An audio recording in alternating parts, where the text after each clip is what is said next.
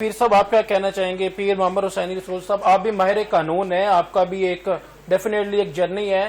یہ young lawyers کے issues آتے ہیں، کمپینز ہوتی ہیں، پھر جو ہے لائرز سارے کامیاب نہیں ہوتے، کچھ برے بھی بچارے ہو جاتے ہیں، ضعیف بھی ہو جاتے ہیں، وہ تو ہر بندے نے ہونا ہے. تو یہ لوگ جو ہے بعد میں تنگ ہوتے ہیں، کوئی میڈیکل کی فیسلٹی نہیں ہے، کوئی انٹرنشپ کی فیسلٹی نہیں ہے، تو کیا کہیں گے اس پہ پیر صاحب؟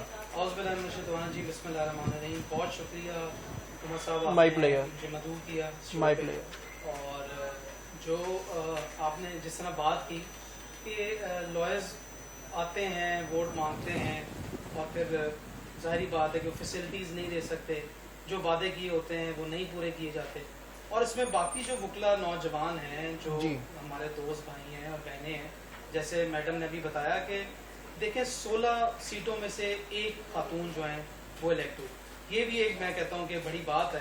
پچھلی بار بھی ہوئی اور وہ پھر وہ رشتہ لودھی صاحبہ، ایک وکیل صاحب ہمارے فوت ہو گئے، پھر وہ آئی اس کے بعد کیونکہ وہ 17ویں نمبر میں تھی، 16ویں پہ چلی گئی.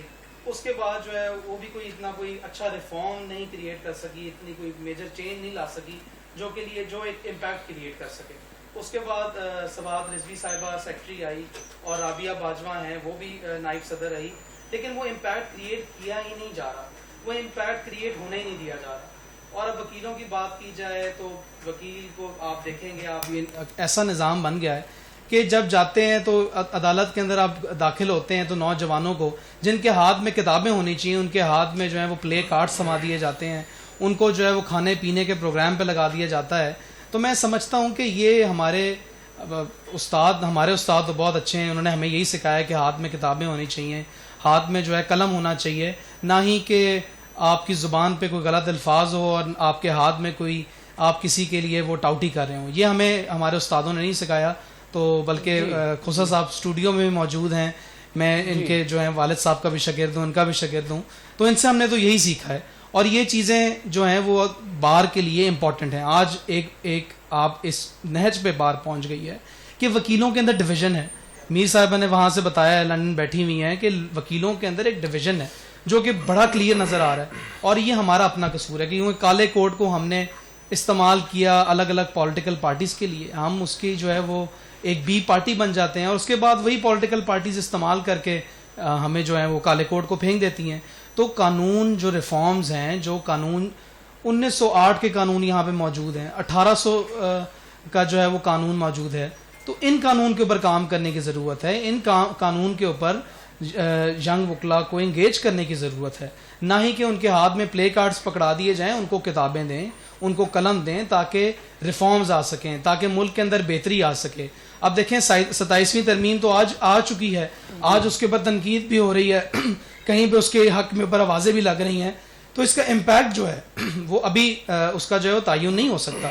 یہ 1 مہینے بعد آپ دیکھیں گے، یہ نومبر کے اینڈ پہ دسمبر کے شروع میں یہ حالات کا تعین تبھی ہوگا جب اس کا کوئی امپیکٹ آئے گا.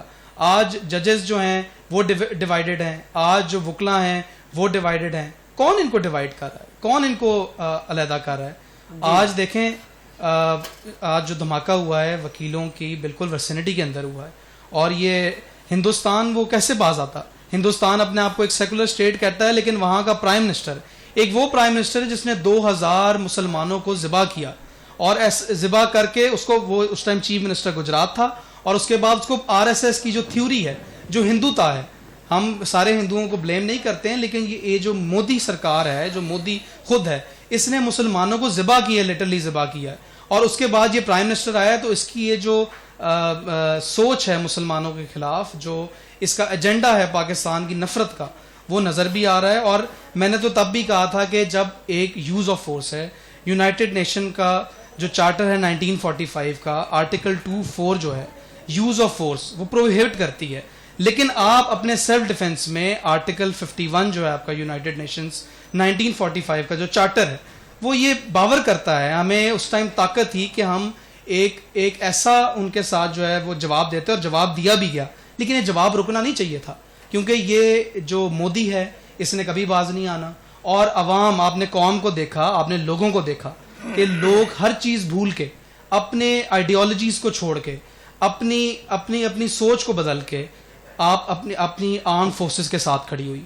آج 27ویں ترمیم آئی ہے. اگر آج بھی پاکستان کے اوپر کوئی آنچ آتی ہے تو یہ قوم اپنے ملک کے لیے, کیونکہ یہ ملک میں جو ہمارے بزرگوں نے اس کے لیے قربانیاں دی ہیں, 1947 میں جو دی گئی ہوئی قربانیاں ہیں وہ رائے گا نہیں جائیں گی. ہم قوم آج پھر ہر چیز بھلا کے اپنی آرم فورسز کے ساتھ کھڑی ہو جائے گی, لیکن یہ کب تک چلے گا؟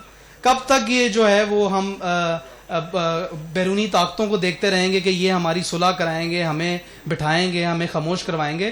پاکستان ایک خود مختار قوم ہے, ہم ایک غیرت مند لوگ ہیں. پاکستانی جو ہیں ان کی اگر آپ غیرت دیکھیں تو ان کی غیرت کی جو لیول ہے, سیچوریشن ہے, وہ بہت ہائی ہے, اور وہ اپنے ہم سب لوگ اب جو ہے وہ جنگ کے لیے پریپیئرڈ رہتے ہیں. شہادت تو ہمارا ورثہ ہے. تو یہ ہمیں عمر بھائی ہمیں جو ہے وہ یہ سمجھنا چاہیے اور یہ دیکھنا چاہیے کہ ہمیں خود مختار قوم ہے. تو جو ہم باہر کے لوگوں کو دیکھتے ہیں, بیرونی طاقتوں کو دیکھتے ہیں, اس کو چھوڑ کے ہمیں کبھی نہ کبھی تو اپنا فیصلہ کرنا ہے. تو آج وہ وقت ہے, it is a prime time کہ ہم سارے جڑ جائیں اور اپنے ملک کی ترقی کا فیصلہ کریں. طرف آتا ہوں. جی کھوجا صاحب, آپ کیا کہیں گے؟ عدالتی حکم کے باوجود بانی پی ٹی آئی سے ملاقات